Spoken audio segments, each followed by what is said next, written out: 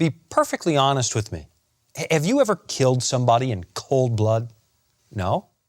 Well, think again, because in just a moment, I'll come back and show you startling evidence that you indeed are guilty of murder.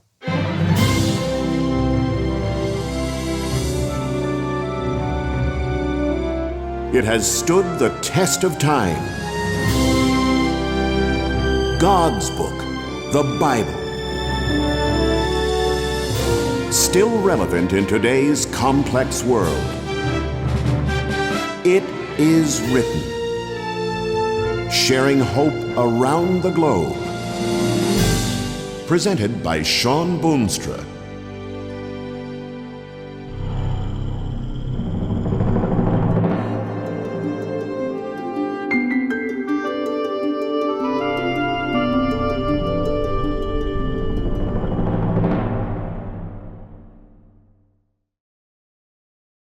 I have this friend who spent some time going to school deep in the American South. He lived a good distance from the campus out in the country, and on the road back and forth to school, he always passed these two old guys, country farmers whose house looked like something out of the Depression era. Now, these two old guys weren't friendly. They never smiled, pretty much kept to themselves. Most people were advised to leave them alone, and because my friend was something of a city slicker, he followed the advice. Now, these two guys had a dog, a black and brown barnyard mutt that snarled and growled and barked at absolutely everybody and everything. So every day as my friend drove past the house, the dog would chase his car and start barking uncontrollably. And most of the time, he just ignored the dog and kept driving. But then one weekend, my friend got out his bicycle, and when he pedaled past the house, the dog came out, growled and barked and chased him, the usual dog and pony show, except no pony. It was the same as always, except this time the dog managed to catch him and bite him. Now my friend just pedaled away and got the bite treated, and he decided not to pursue the matter with the owners. But he did admit that more than once as he drove past that house, he was sorely tempted to get revenge by running over that nasty dog. As it turns out, he didn't have to, because a few months later, that dog just disappeared. Just like that, it was gone. And a week or two later, another dog appeared in its place. Now, he assumed the old one had died.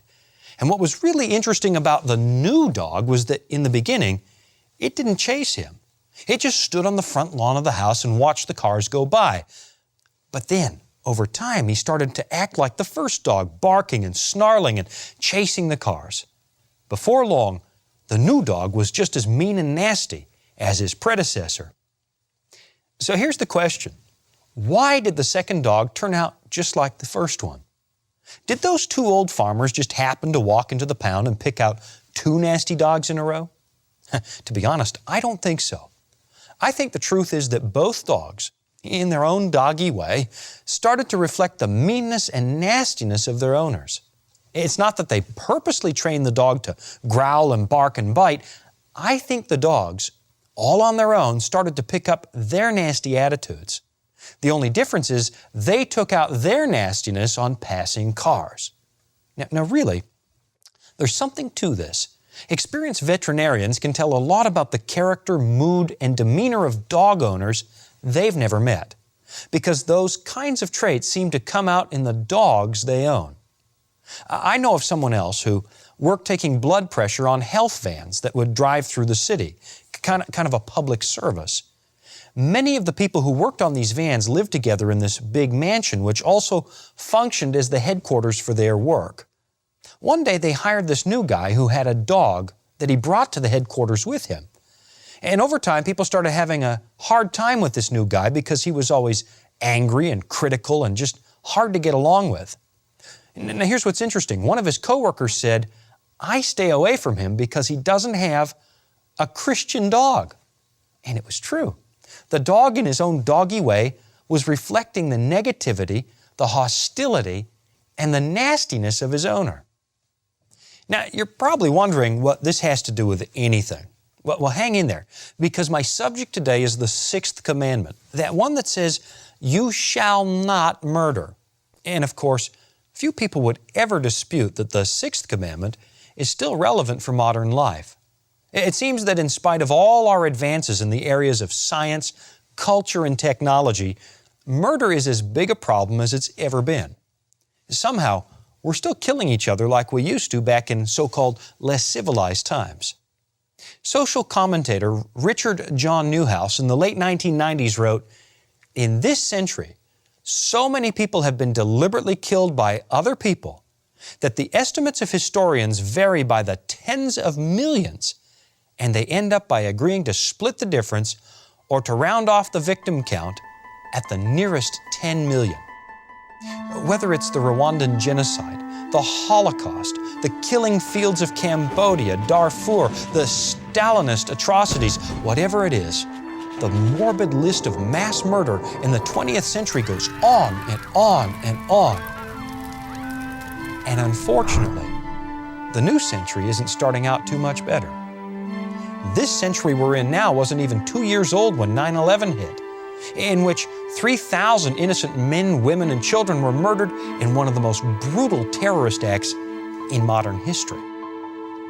The problem simply won't go away, and the value we put on human life seems as low as ever. And that brings me to an important point. As we've been exploring the 10 Commandments on It Is Written, we've been doing it against the background of modern thought. Many people describe the period we now live in as the postmodern era, a time when the idea of objective truth has been dismissed as byproducts of the sterile coldness of the modern era. Now, instead of believing in absolute right or wrong, we somehow think that codes of human behavior and morality are nothing more than human constructs, the things that we just made up for ourselves. And we've come to the conclusion that nobody's code of conduct is better than somebody else's. At the end of the day, we've convinced ourselves that we should set all the rules for ourselves and never pass judgment on someone else's moral code. You know, it's funny, but one expert in postmodern thought, Dr. Stanley J. Grenz, wrote with his tongue in his cheek that, quote, postmodernism was born in St. Louis, Missouri on July 15 at 3:23 p.m. Now, why did he say that at that time? Well, that was the moment when some of the famous housing projects, hailed as the epitome of modernist architecture or something like that, they were razed to the ground by the city fathers because the inhabitants had run them down so badly they were no longer inhabitable. That demolition was deemed by some people as the event which ended the modern era and brought in the postmodern one. Well, I can't say I would necessarily agree that that was the beginning of the postmodern era, and I don't really know when it began. But I know the date that, for many people, the postmodern era ended. And that was September 11, 2001.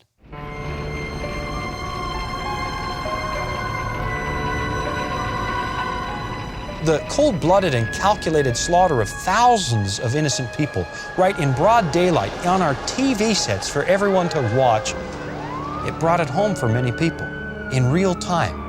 The horror involved in murder. It was suddenly so obvious that evil like this could never be justified on the basis of culture.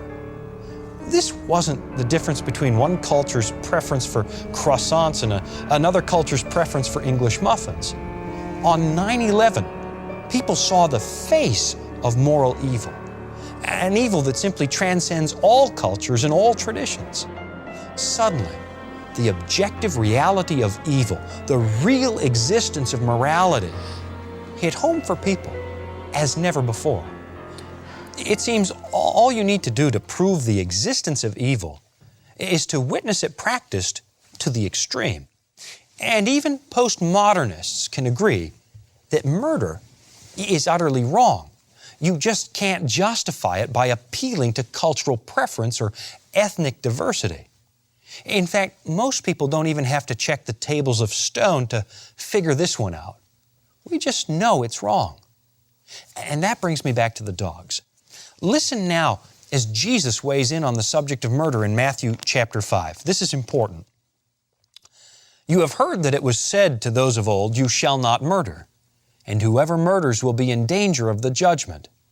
But I say to you, that whoever is angry with his brother without a cause shall be in danger of the judgment.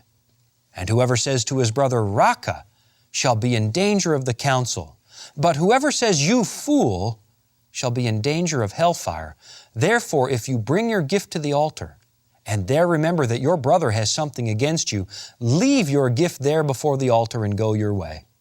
First be reconciled to your brother, and then come and offer your gift. Agree with your adversary quickly while you are on the way with him, lest your adversary deliver you to the judge hand you over to the officer, and you be thrown in prison. Assuredly, I say to you, you will by no means get out of there till you have paid the last penny. Now, put aside the immediate cultural issues involved in this passage and look at the principle that Jesus is stating. You don't need a table of stone to know that murder is wrong. But Jesus unwraps this commandment in its deeper meaning for us. It's not just talking about the extreme act of physically killing someone. Jesus actually equates murder with some of our thoughts, our feelings, and our words. And of course, that's a whole new ballgame. How in the world can your thoughts and your words be the same as murder? Well, let's go back to our dogs.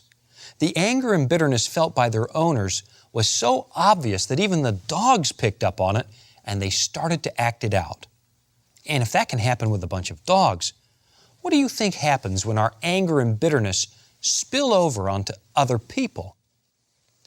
Not to get too new agey or anything like that, but in one little way, all of us kind of give off an aura.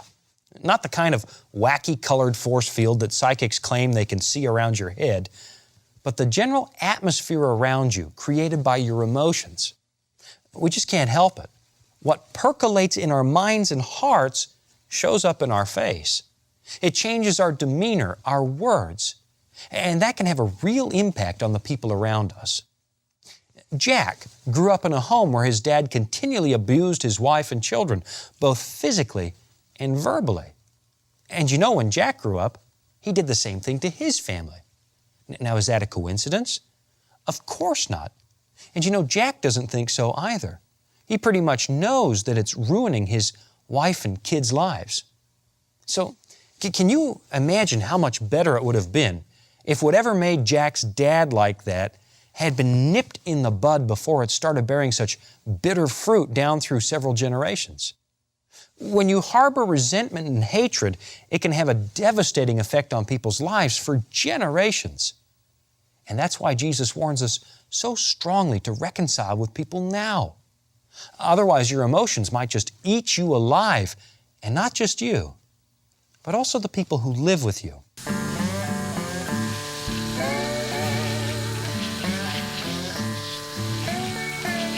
Did you get water on my truck?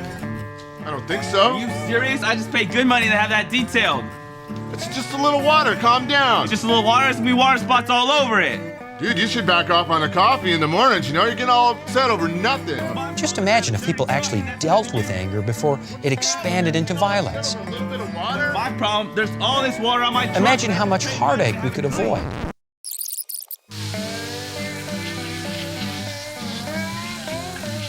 Just get water on my truck? I don't think so. Are you serious? I just paid good money to have that detailed. What's the problem? It's just a little bit of water. Just a little bit of water? You're right, it is just a little bit of water. I got a towel on the truck, I'll dry it off. Look, you got an extra towel? I'll give you here. All right, thanks. Sure. Jesus tells us to uproot the early sentiments that eventually end in murder. He takes a commandment against killing and paints a much bigger picture for us, one that includes important concepts like forgiveness and reconciliation and healing. In a sense, and this is interesting, Jesus is showing us that this commandment is not only for the benefit of would-be murder victims, but it's also for the benefit of would-be murderers. He's trying to spare us the bitterness, the hatred, the suffering that comes from harboring bitter feelings all your life that can lead to murder. But even then, it doesn't have to lead to murder to ruin your life. A few centuries before Christ, there was this leader named Fabius who led Rome during one of the Punic Wars. Fabius learned that one of his officers was provoking discontent among the soldiers, even trying to get them to desert.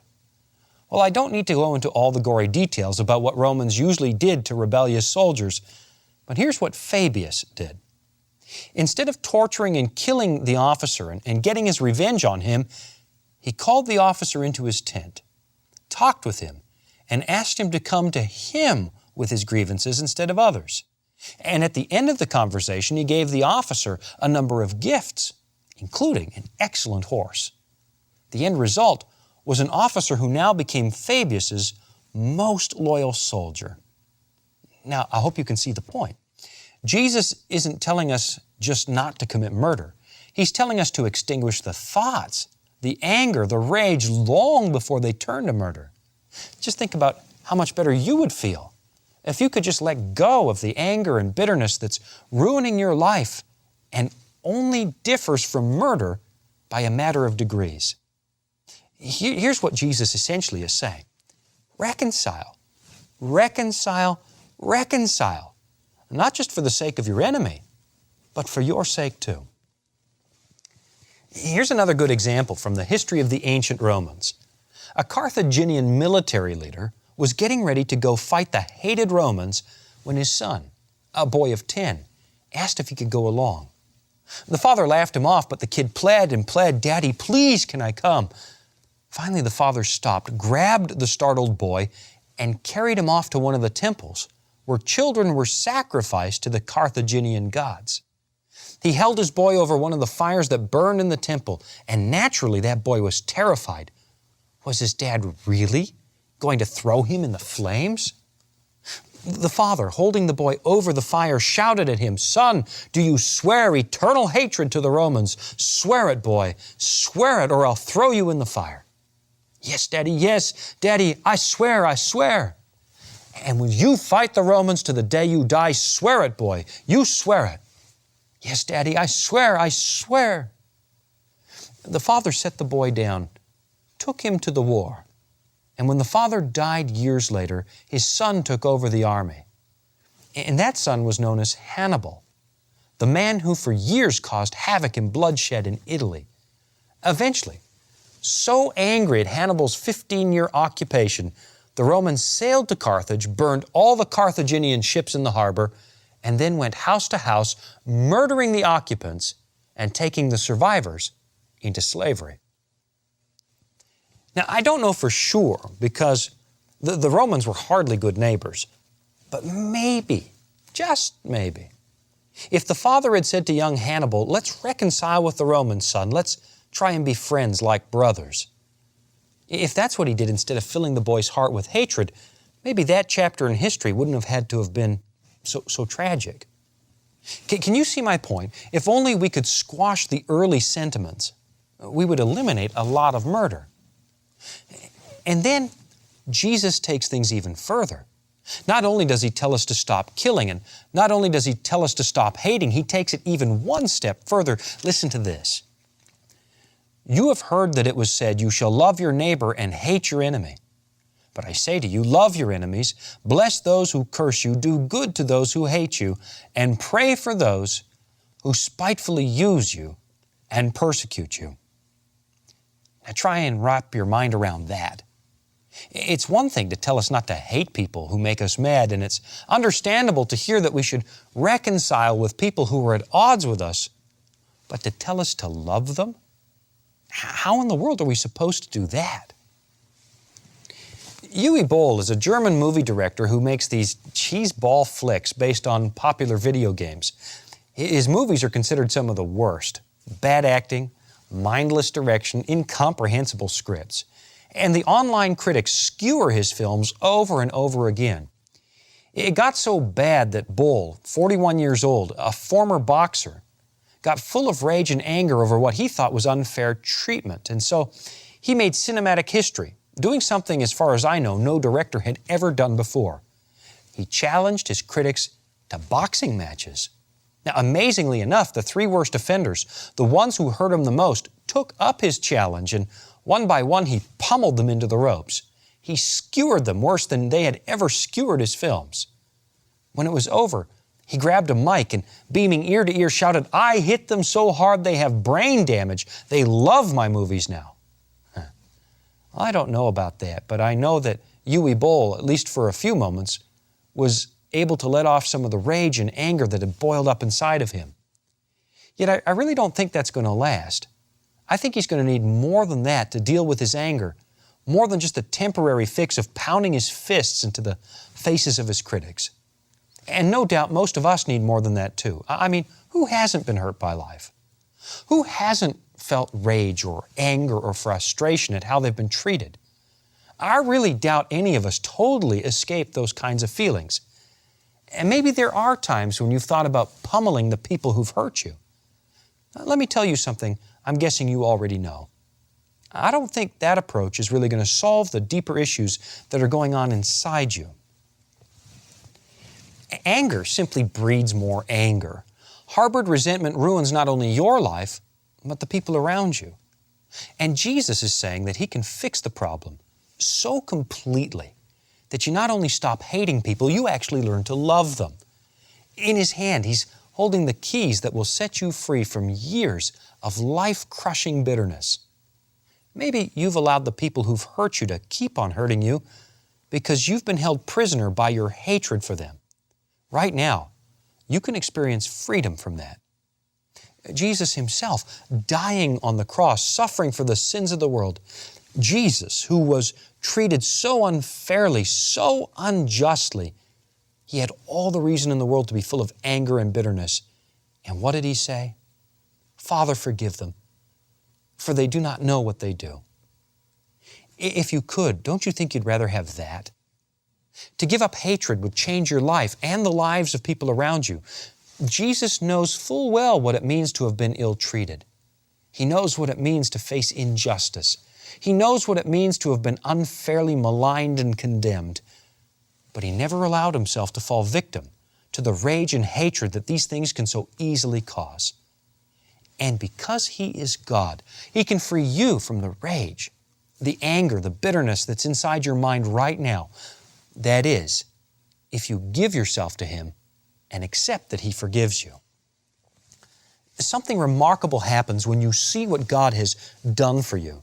You start to believe that you can do it for others. If God refused to hate you, even after everything you did, those times you broke His laws and shook your fist at heaven when it wasn't God's fault, those times you hurt one of God's children, if God can forgive you for that, maybe you can start forgiving other people. After all, your hatred's not only killing them, it's killing you too. No question, our world is full of hate, so much that even people's dogs reflect it. But you don't have to be that way. Believe me, you can rise above it with Jesus. More about Jesus I would know, more of His grace to others show, more of His saving fullness see, more of His love who died for me. More about Jesus, more about Jesus, more of His saving fullness see, more of His love who died for me.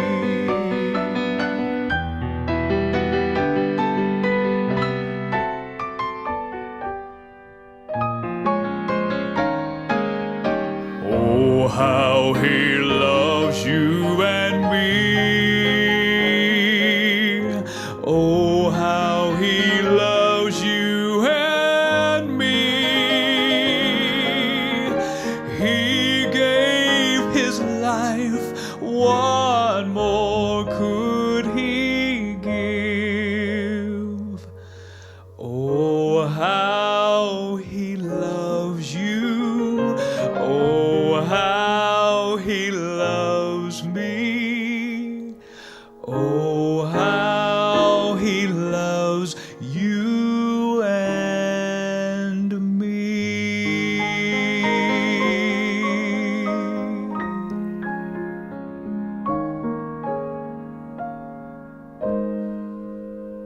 There's no doubt about it. The love of God changes our hearts. It can even teach us to stop hating those around us and live a much more abundant life. Why don't we pray together right now? Gracious Father in heaven, it's with humble hearts that we see Jesus on the cross of Calvary forgiving those who hurt Him. We ask that you give us that same kind of grace, the kind that teaches us to love our enemies. Gracious Father, we want to live that better life, and we ask for it now in Jesus' name. Amen.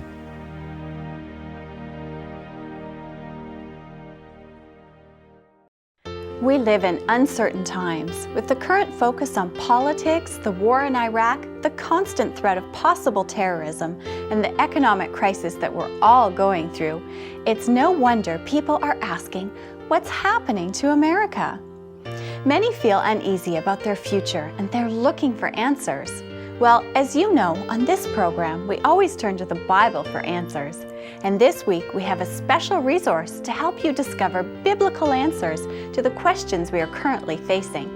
Pastor Mark Finley, who spent many years as speaker on this telecast, has written an excellent and easy-to-read book called The Next Superpower.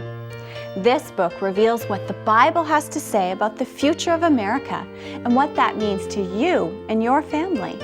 This beautiful hardcover book is our gift this week in appreciation for your ministry gift of $25 or more. To receive a copy of this book for yourself or to share with a friend, simply call 1-800-253-3000 and request The Next Superpower. We'll send it to you for your gift of $25 or more, and your support will help us reach more people with the powerful message of hope that we have in Jesus Christ. The Next Superpower is also available on our website, itiswritten.com. You may also request this book by writing to It Is Written, Box O, Thousand Oaks, California, 91359. The Next Superpower shares hope from the biblical prophecies that reveal what will happen to America and the world in the days to come. This book will greatly help you to understand the signs that are all around us. Call right now, 1-800-253-3000, and request The Next Superpower for your gift of just $25 or more. Lines are open 24 hours daily. They may be busy, so keep trying. The operator needs only your name, address, phone, and credit card number. Ask for the book, The Next Superpower. This offer is only good while supplies last, so call today. Our toll-free number is 1-800-253-3000, and our web address is itiswritten.com. I can't tell you how glad I am that you've watched this program.